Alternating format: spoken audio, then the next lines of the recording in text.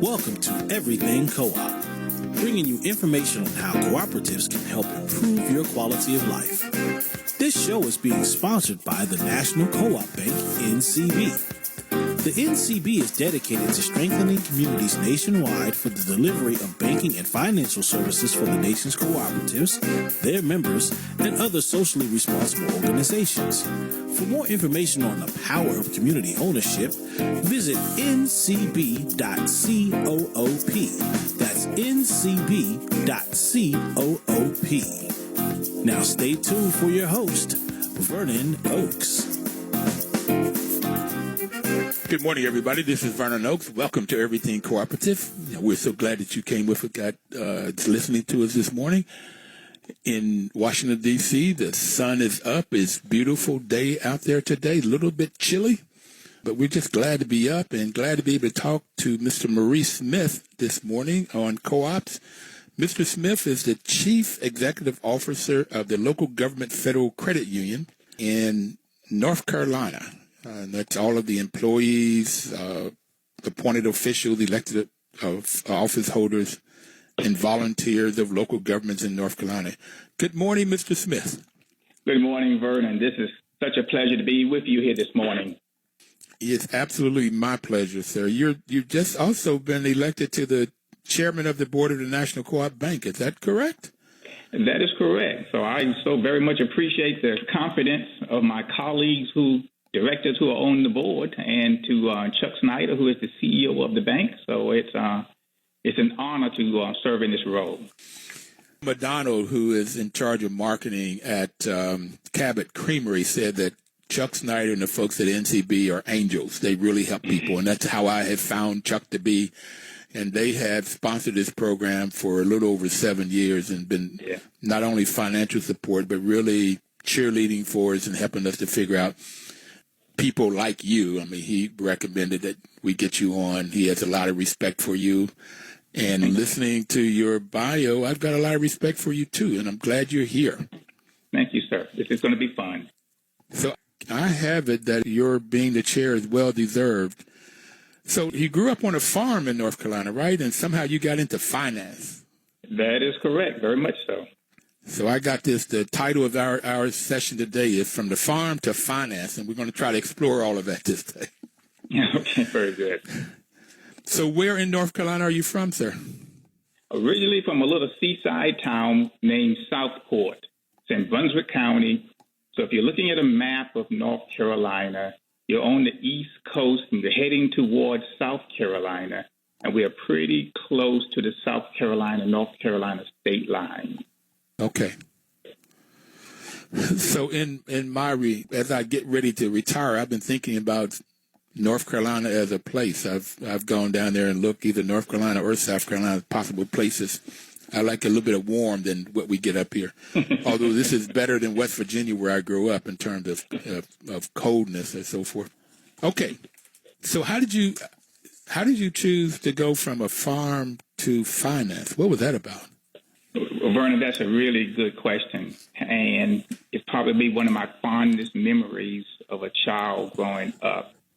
So I was raised on a small vegetable farm. We did some retail and wholesale farming for some of the local grocery stores, and I've been in this business for 41 years, the credit union movement, the industry here. But my actual career, I feel like, began 10 years prior to that at the age 12. My dad and I were out in a potato field planting potatoes. He stopped in the middle of the field, turned to me, and he asked, "Maurice, what are you going to do with the rest of your life?" Now, I'm 12 years old, Vernon. I'm still trying to figure out how girls work. He said, "You need to choose your career right now." So I thought about it for a moment, and I did what most 12 years olds would do. I shrugged my shoulders, and I said, "I don't know." He said, "That's not good enough. Choose a career now, or I will choose one for you." Ooh. I asked, could I have 24 hours to think about it? He said, sure.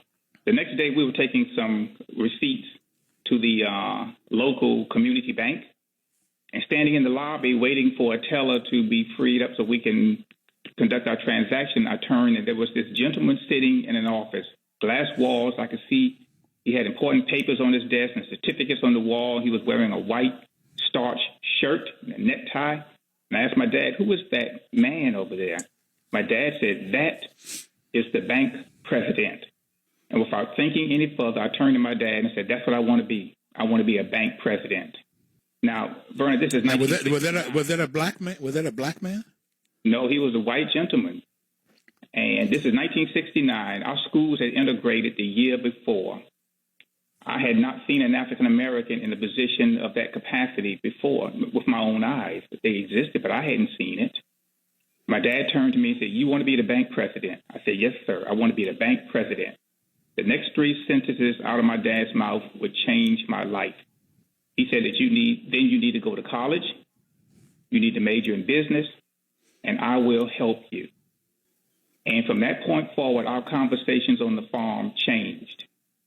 He would drill me about Keynesian economics, about supply and demand, the rule of 72. He would talk to me about compounding interest, how banking works, the disparities in communities based on economic empowerment and access to resources. On our rise to the farmers market, those will be lessons about economics and money and commerce and how the world works and what it takes to build a successful career in business. I'm sorry. Can I stop you? Can I stop you a minute, Maurice? I'm sorry. Yes. I'm sorry to stop you, but you went from trying to figure out how girls work to figuring out how the economy works. Okay. In 24 hours. And I had more success with the latter. I did indeed. That's how my career began, and it sort of set sail on this journey that I have been on for the last 5 decades. I have so much respect for your dad because I don't think my father could have had those conversations with me. My grandfather worked in the mines in West Virginia, the coal mines. So they went underground and did coal. And my father worked on the railroad.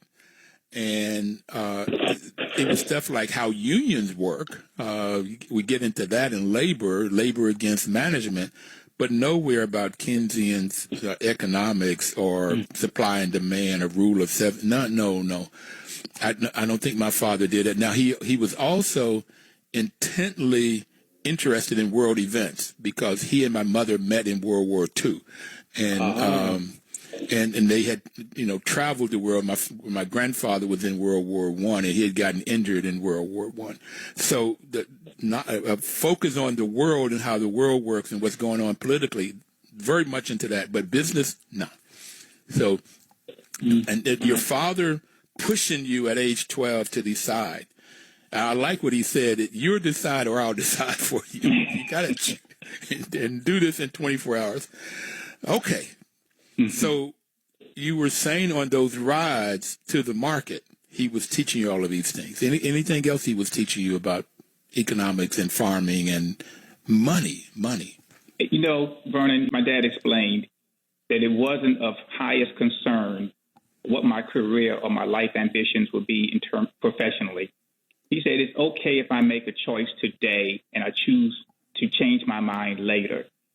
He said, but you substitute one goal with another goal, that I did not have the luxury of going through life without an aim or an objective always in front of me. He said, son, you need to choose something that's going to be honorable. You'll be able to take care of a family, take care of yourself. Those are his main concerns. But he said, you have to live with intention and not just always look to the future and just hope something good is going to happen or not have some objective in your life. And so forcing me to decide at age 12 was to say, choose something now, but if you change your mind later, that's okay. But you only get to change your mind if you substitute that goal with another goal. Wow. All right. I'm at 73. I'm getting a lot out of here. Okay. Okay. Wow. That's great stuff. And you've been living your life like that. I have always having to go my entire life trying to live up to the legacy that he's laid out before me. I lost my dad to cancer in 2007. I missed him every day, but I relive these lessons that he's taught me frequently. That's how he feels alive to me in my spirit. Wow. I'm sorry for the loss, and I celebrate your father and what he taught you. And that led to a book you called Sowing Seeds.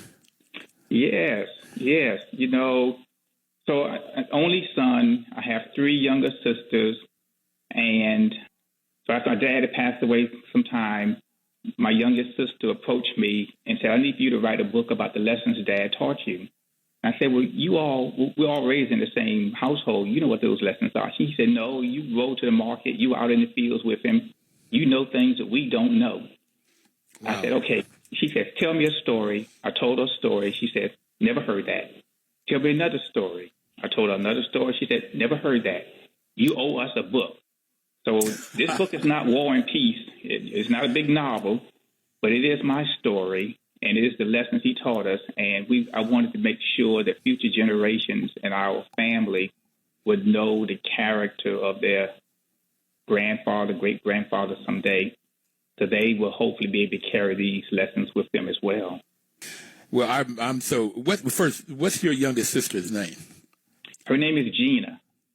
So I just want to thank Gina for approaching you and saying that. But it's interesting that Gina got that you were in the field with him and you were the boy child, and therefore he would probably give you stuff that he didn't give the girls because he wasn't that close to them, and they were in the kitchen with Mom maybe. Okay, so I would like to, if you could give us a story. What's one of those stories that that you told Gina that he told you? Oh, very good. So there was an occasion. So there was always something to do on the farm, always work to do, lots of activities and things. And so on this particular occasion, we were sitting under a pecan tree, getting ready for lunch. And my dad asked me to take the car and drive down to this little local restaurant called the Little Mint. He said, "And buy a chocolate shake for me." And I said, "Okay." So I get in the car, drive down to the Little Mint, ask for a chocolate shake. And the young lady who's a cashier said, "We don't sell chocolate shakes." And I thought, that's odd. My dad asked to get him a chocolate shake. So I returned home empty-handed. Found my dad and I said, "They don't sell chocolate shakes at the Little Mint." He said, "I know they don't." I said, "But why did you send me down there?" He said, "Well, I have questions for you. Why did you return empty-handed?" I said, "Because you asked for a chocolate shake." And I said, "Okay." And so from that point, he taught me the importance of making decisions. There was no right or wrong decision in his mind. The importance to him was that I come back and defend what I brought home and how and why I made the decision when there was an impossible task that he had given me.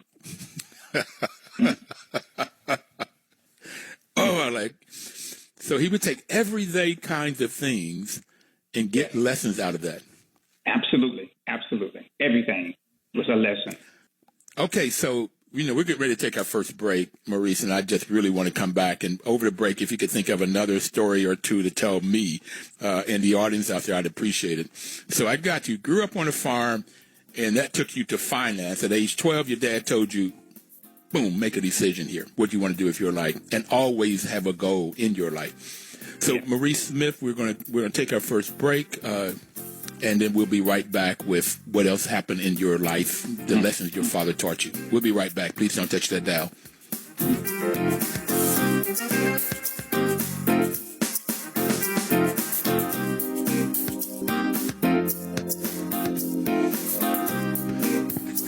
Welcome back, everybody. This is Vernon Oakes.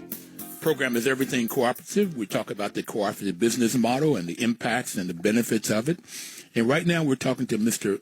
Maurice Smith, who grew up on a farm, and he changed from a farm to finance. I have it that he went from blue jeans to a suit and tie. He also traded in his plow for a computer. And we're talking about the lessons that his father taught him on that farm that helped him throughout his life. And that first lesson was to make choices and don't come back empty-handed. And he would give impossible chores for him to do. Go buy a chocolate shake at a place that didn't sell chocolate shakes.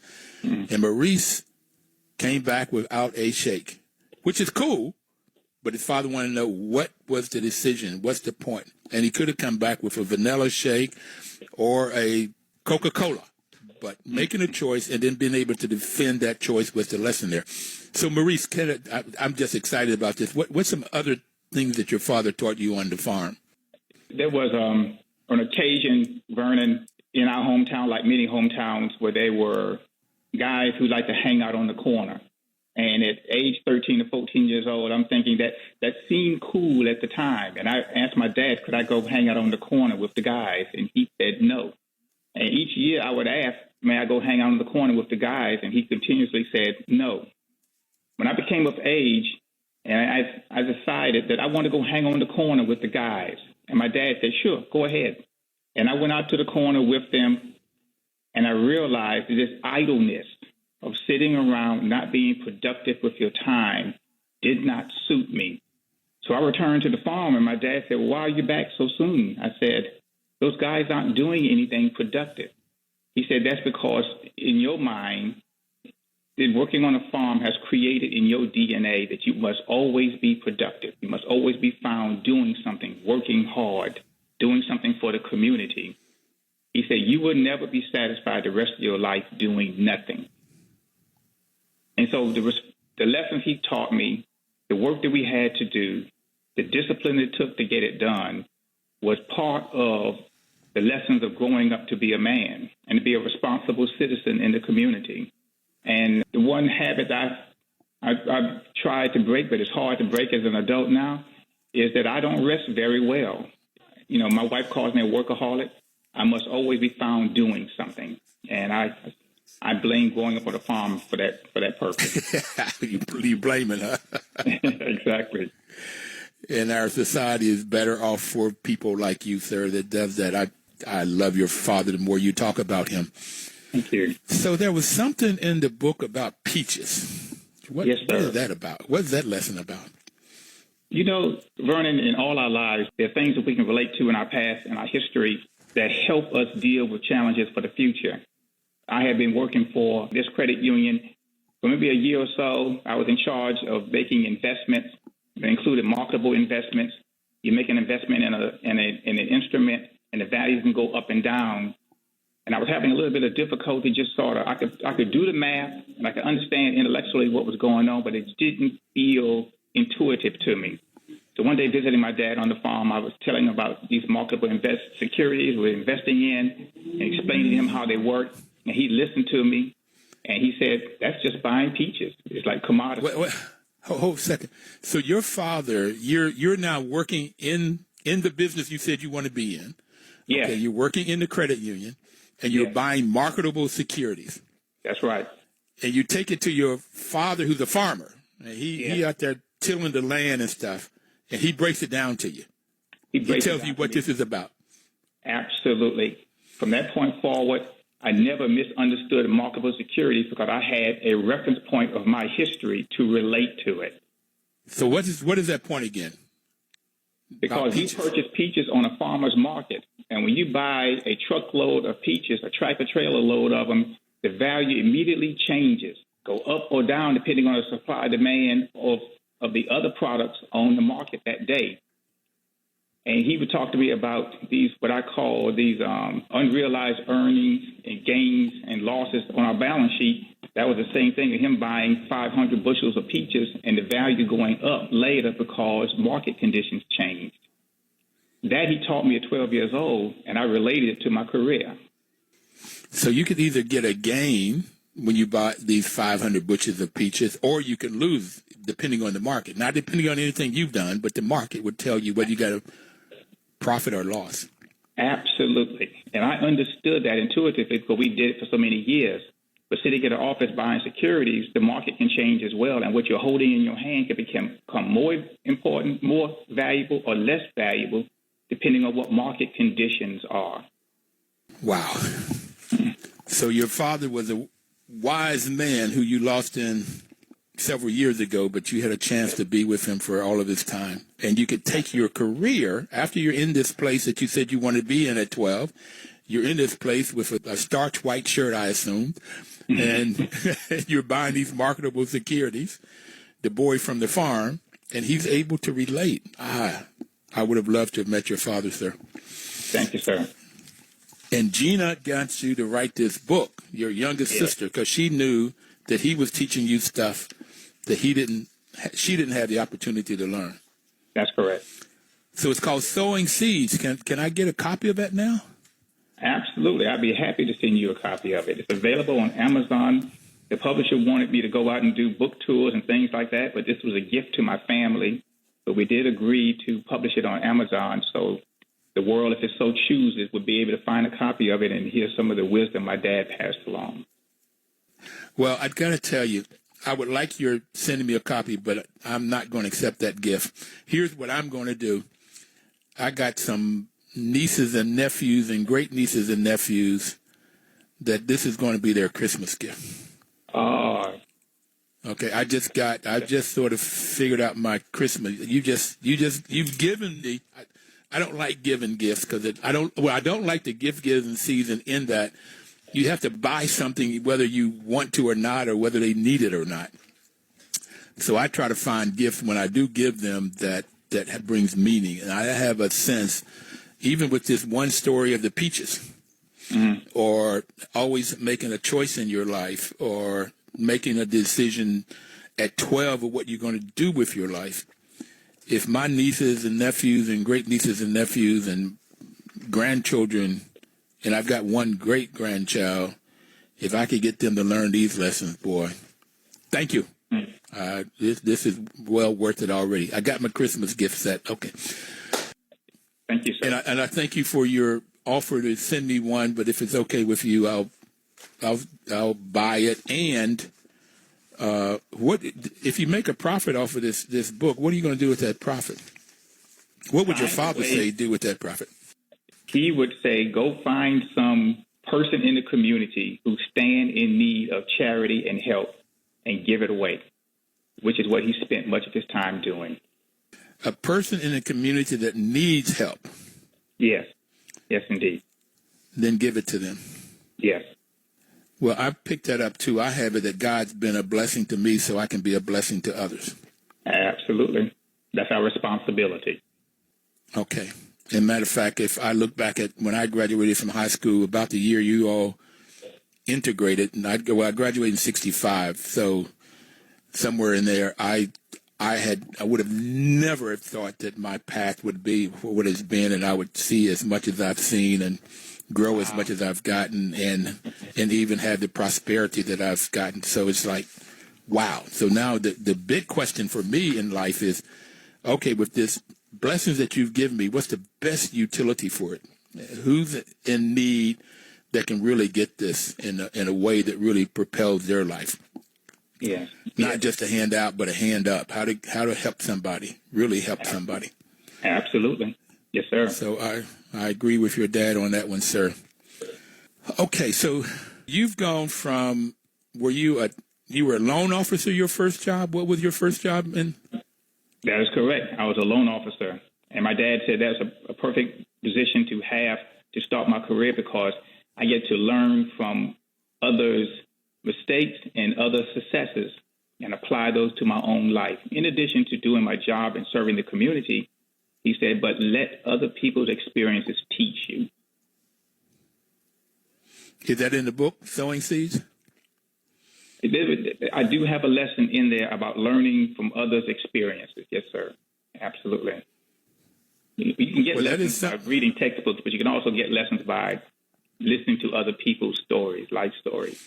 Well, that is something my father and mother taught me, that I did not have to go and make all of the bad decisions. I could listen to and look at somebody else and no, you don't go down that alley, that street. You don't go down that one. You take this other street because going down there is it's full of things that'll pull you down in life. Exactly. Okay.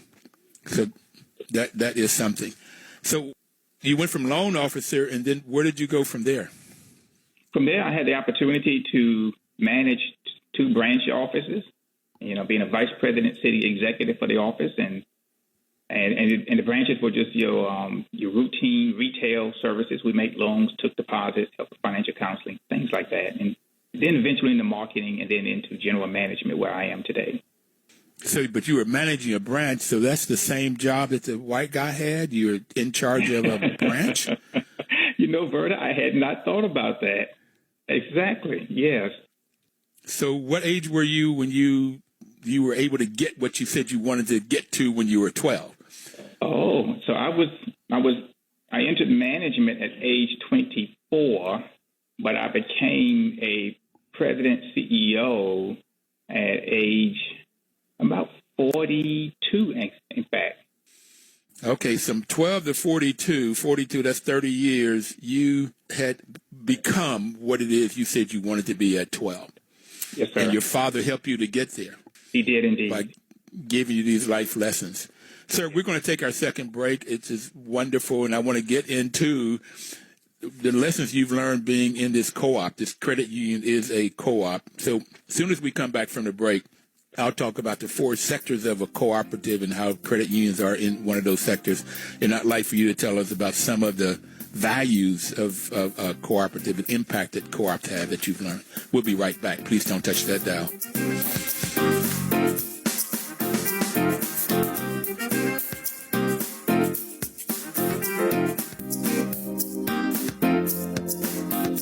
Welcome back, everybody. This is Vernon Oakes. We're talking about everything cooperative this day with Mr. Maurice Smith.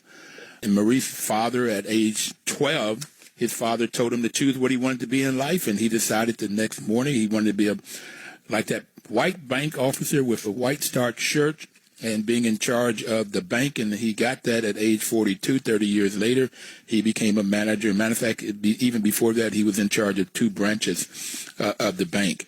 So he had gotten that with his father's help, and you can get some of those lessons learned by going to Amazon and buying his book, Sowing Seeds, which I'm going to do for my nieces and nephews, and that's going to be the gift that I give.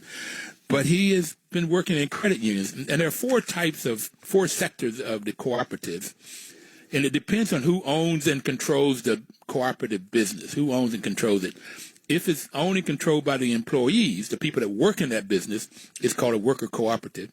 And therefore, any business you could think of could be a worker cooperative if the employees owned it. IBM, Ford, if the employees own it, then that could be a worker cooperative. If it's owned and controlled by the persons that uses the products and services, it's called a consumer co-op. The consumers own that business. Housing co-ops are there. Credit unions are there. Food co-ops, sometimes they're owned by the consumer, the people that buy in that store, and sometimes it's owned by the employees. So that's a consumer co-op. So you got worker co-op, consumer co-ops, and then on the farm, a lot of times the farmers would come together and they would buy the products and services they need to produce whatever they produce, and that's called a purchasing cooperative.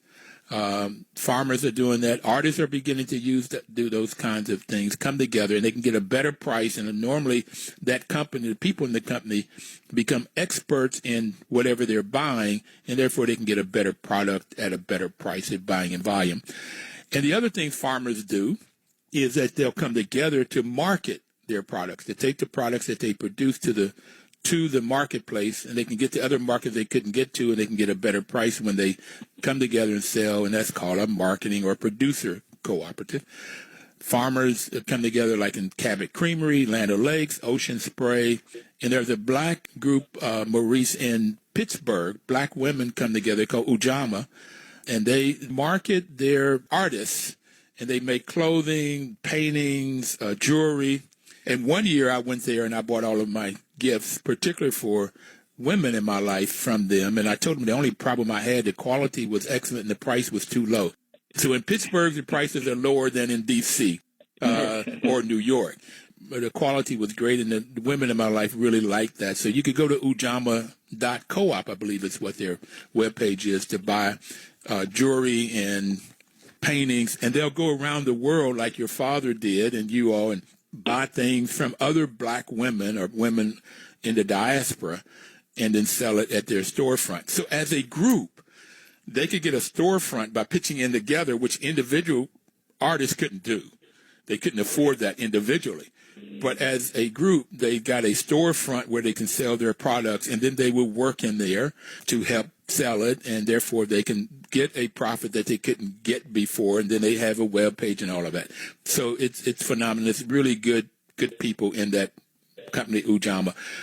So these are the 4 different types. So you went through the credit union because at age 12 you wanted to be a banker. You want to be a bank president, to wear that starch shirt as opposed to coveralls or blue jeans. Okay, I got it. Yeah. We wore those blue jeans on, and I worked on the railroad with my dad a couple years when I was in college. So, what are some of the lessons that you've gotten about being a cooperative? One of these models in these sectors. What's the benefits of a co-op? Your father said an honorable business is what you right. wanted to be into, an honorable career. So what are some of the honors or values of a co-op and the impact that co-op have on our society? Vernon, that's a really good question. It's extraordinarily important for the public to look beneath the hood of a co-op to truly understand what's going on. To the untrained eye, a credit union, a financial co-op looks like every other type of financial institution. We offer commodity products, checking accounts, a checking account, a checking account. But if you look at the way we do business, how we are organized, the empowerment we give our members, the choice they have to participate in the democratic process, and the rights they have through the principles of the institution, that sets us apart from everybody else. I love telling the story because it gives our members hope that the institution that they're doing business with is focused on their well-being and no other agenda. Wow. How does that materialize? You focus on their well-being. So you're focused on the members' well-being. Give me some examples of how does that look? What does that look like? Absolutely. So a lesson from childhood, as my dad told me, if you own something, that makes you the boss, period. So I work for a credit union that has 370,000 members. As members, they own the credit union. I report to a 7-person board of directors, but I actually have 370,000 bosses. And when the boss asks you for something, a good employee is going to be attentive, deferential, listen to, and perform for the boss. So if any of my 370,000 members were to call me and ask for something, then I'm going to stop what I'm doing to have that conversation to work with them because they own the co-op that I work for. That's a message we want every member to understand and appreciate, regardless of how much money you have on deposit. It could be 7 figures or it could be $25.14. You are still my boss, and I owe you deference to listen to you and work with you. How can you respond to being one individual, 370,000 bosses, though? If we do a good job, all 370,000 is not going to call the same day. But if we do a bad job, I want them to call. We're subject to making the same kind of errors of any other organization. But I need for members to know that their voice matters. If your voice doesn't matter in a member-owned co-op, then what is the point of our existence? So members can call me anytime they want to and get to me. We do not announce phone calls at the credit union. You want to talk to the CEO, you just call and say, I'm a member and I want to talk to him, and the receptionist is going to send you a call straight through. And if I'm not here, they're going to give you my mobile number, and that member can call me at home because they own the institution. I work for them. I owe my loyalties to make sure this institution works for them as well. Okay. So if everything is working right, the likelihood of me calling you is very slim. So if you got 370,000 people, and if everything is working right, you're not going to get those calls. It's only if something is not right that you will potentially get a call. That's correct. And then you stop whatever you're doing. Now, you think that bank president, when you were age 12, you went into that bank, you think that bank president would have had the same view? I do not think so, because it's a different business model. And the model of that local community bank was to make profit for a group of stockholders. I get it. There's nothing sinister about that whatsoever. But that's a different model and different purpose. unlike the National Cooperative Bank, which is a bank based on missions to serve co-ops, it's a bank, it has a bank charter, reports to the OCC, who's the regulator, but NCB acts like a credit union. And its customers are treated like members. And the opportunity they have to participate in the bank feels familiar to how we think about these sort of sensibilities for our credit unions. Not every financial institution feels that way, but I like the support we give to the membership that makes us who we are. So I have it that co-ops are concerned about three things. The major three things that co-ops are concerned about are first people, that's the 370,000 members. Yes. Then the planet, that's the environment and the planet. It's in the mission statement of co-ops, the values of co-ops. And then third is profit. Concerned about profits, you have to, if you're going to survive. That's correct. You got to have more coming in than going out, and I'm sure your father told you that. And whether it's buying peaches or creating potatoes in the field, you've got to end up at the end of the day bringing more in than you put out. But that's not the major reason there. The major reason, as you said it, what's the needs of the members, the people. That's right. Yes. Where the capitalistic model, and this is what I learned in my MBA. Every decision was based on return on investment. Yes. What's the greatest return for those stockholders? So there are three things that they're concerned about. And they had three things, too. Their first concern was profit. Their second concern was profit. And their third concern was profit. Okay. A familiar theme. So the profit model of most capitalists that leads to decisions that are very short-term focused.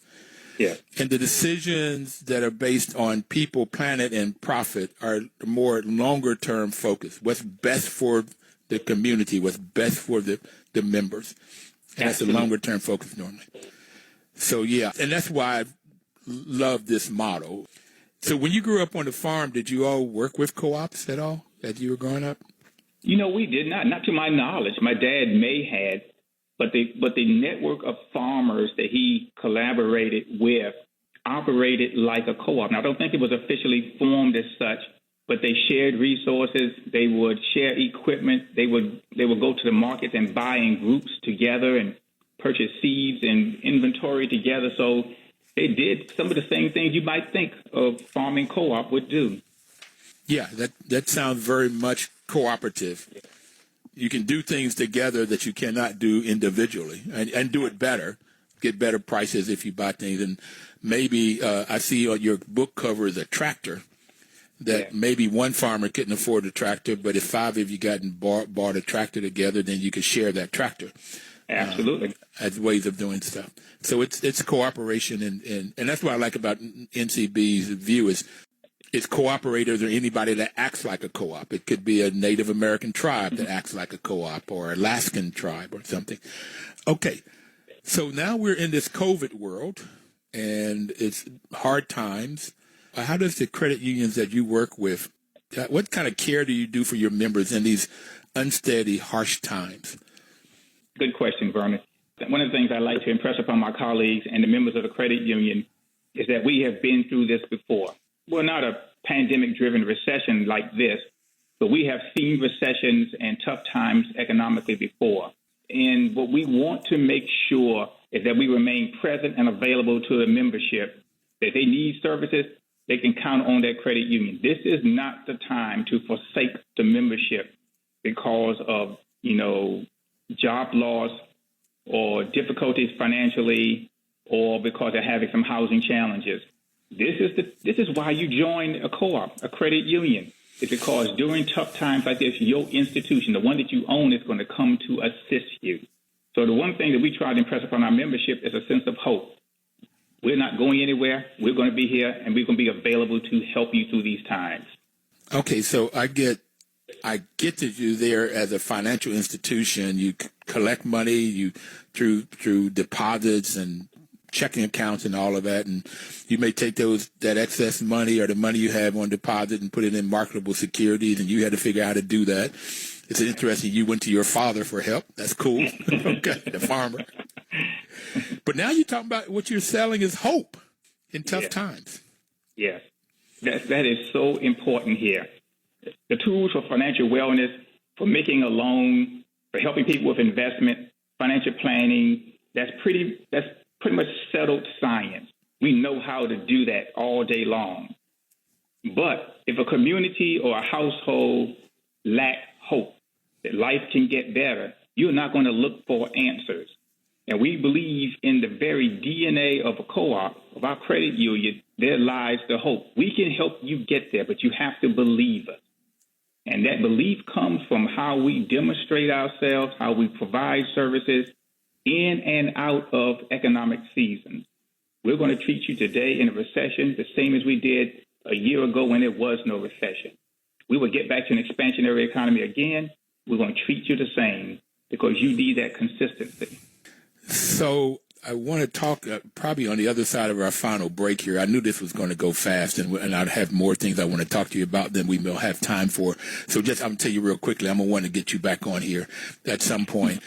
But I would like for you to tell us on the other side of the break, what are some of the things that you do for people that the credit union will do for your members through these economic downturn, this thing of this pandemic and people losing their jobs and fear of losing their homes? Or what are some of the things that the credit union products that you've created to help people through these rough times? And everybody out there, we'll be right back. Please don't touch that dial. So we'll come back and find out what the credit union is doing for folks in COVID. We'll be right back.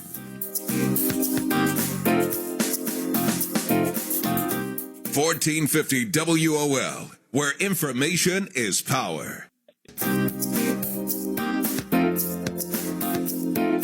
Welcome back, everybody. This is Vernon Oakes, and the program is Everything Cooperative.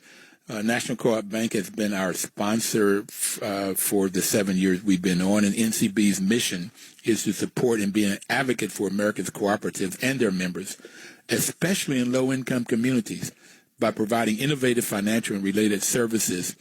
And we're talking to Maurice Smith, who grew up on a North Carolina farm, and he went from the farm to finance. He turned in his coveralls, his blue jeans for a suit and a tie and a white starched shirt. And now he is the chair of the board of NCB. And so before we took break, Maurice, I said to you, I'd like for you to give us some examples of what the credit union that you are working with, what are some of the things that you are doing to help people through this coronavirus, this downturn, the economics, people have lost their jobs and all of this. What are some of the things that you put in place for them? Well, thank you for that question, Vernon. And I like bragging on our institution in the spirit of co-ops and serving and helping our members. So right off the bat, we knew we needed to listen to the members and what their needs are. So we provided forbearances and loan extensions and loan workouts for members who have loans with us. They find themselves out of work or reduction in their work hours. And so we were able to go to them and say, let's wait this out. So by working with the credit that they already had outstanding with the credit union to give them time to get past this season and get back on their feet, we didn't have someone who was kicked out of their home or they lost their automobile at a time where they need to eventually get back to work. That was very important to us that we show that support. But I also think it's important to focus on what we did not do, Vernon, because in many times we've seen in past recessions, financial institutions actually close the door to their customers. They close out their line of credits, or they increase the underwriting requirements for getting loans, or they reduce the services to the community because it's going through a tough time. Those are things we did not do. We want to be ever present and ever available to our members and the community, and to let them know this too shall pass. We're going to get past this season. We'll get back to an expansionary economy again. But until then, we're going to continue business as usual because members are counting on us. So okay, we're in a tough time. We've been here now for 9 months. Yes. So some of your members, your 370,000 members, they've either lost their jobs. A lot of employees of federal governments and state governments, they don't have the money. They cut back on the hours, so they lose income, and so they can't even pay their mortgages or their rents, their car payments, their credit card payments, and you don't force them to pay. You don't kick them out. Send turn in their mortgage and make them, lose their homes and take their car back? You don't repossess them during this time? Not during this time. We want to give them time to get back on their feet. The credit unions, not to get too wonky about the financial, setup of a credit union, but we have reserves that we set aside for tough times. And so we would tap into those reserves to ensure the safety and soundness of the credit union during a recession. But repossessing someone's home or taking their car away from them at this time is the very last thing that we want to do. We want to find every opportunity for you to keep your transportation, to keep your home, because your family is depending on that. We don't make any money. We don't gain by taking any property away from a member. So we will bend over backwards to help you get back on your feet. If we don't do this as your member-owned cooperative, who else is going to do that? Sir, my finance that was my emphasis. I thought I was going to be a financier or investment. I thought I was going to be an investment banker. And I want to tell a quick story on my brother. My brother ran numbers, and if you all know the black community, that's running numbers is what he did. And so when people would ask me, what does he do? I said, well, he's an investment banker. He takes people's money and he invests it, and then if they make money, he gives them back more. I mean, so it was in our neighborhood, that was our sense of investment banking back then. But bending over backwards to help people in downtime, that's almost anti what they teach in the MBA programs. That doesn't, you help people so when they get back on their feet, they can come back better and stronger and working together. That's phenomenal. It's not a model of efficiency.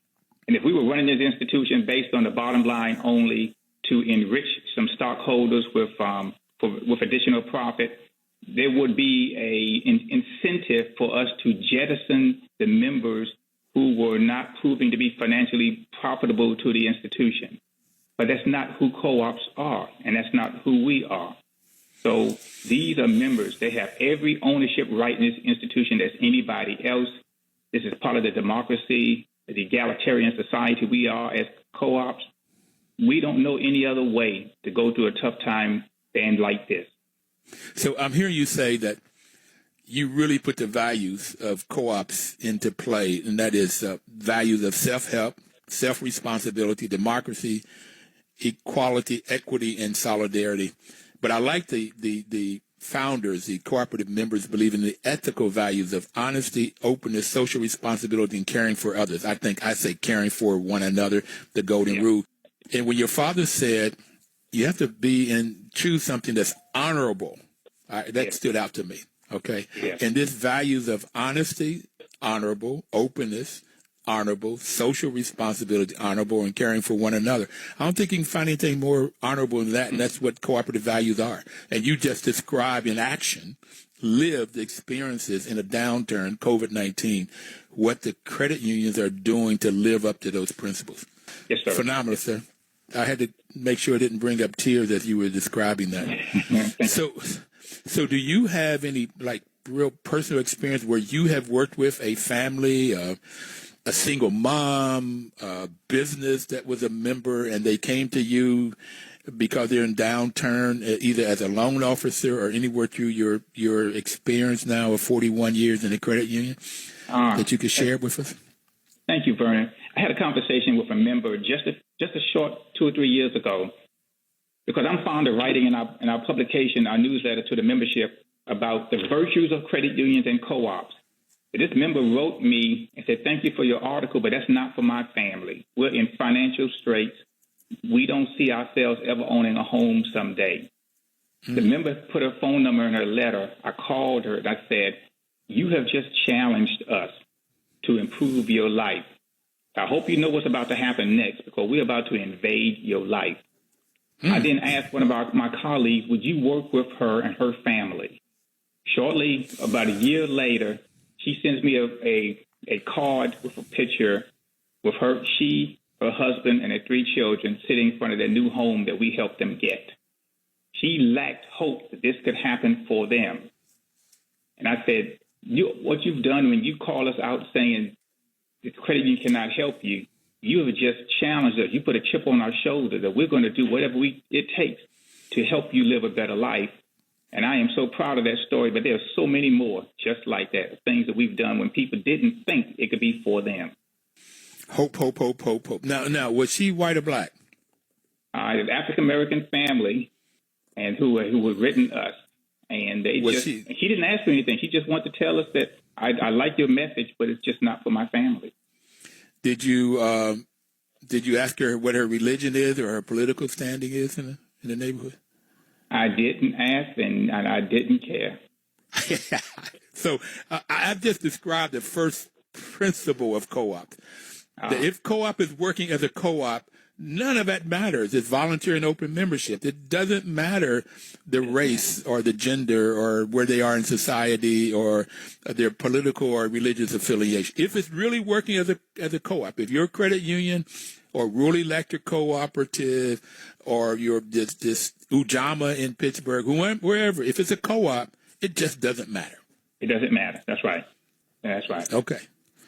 And you help them to have hope, and then after hope, they realize their dream that she didn't even think was possible.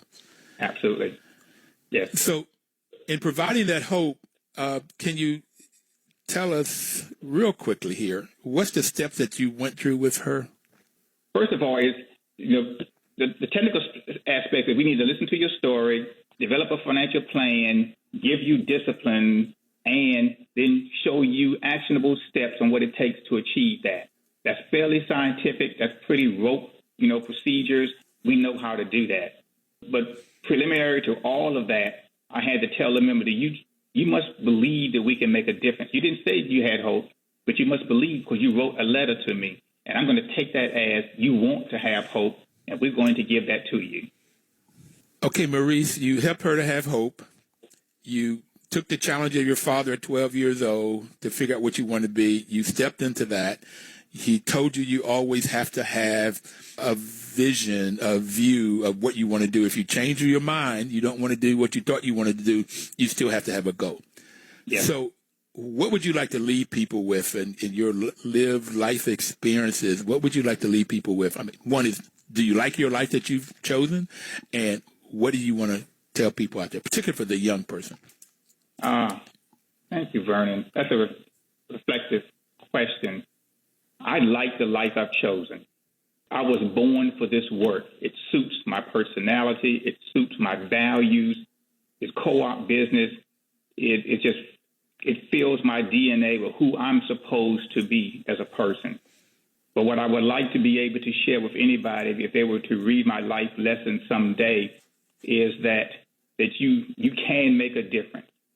You have a responsibility to make a difference.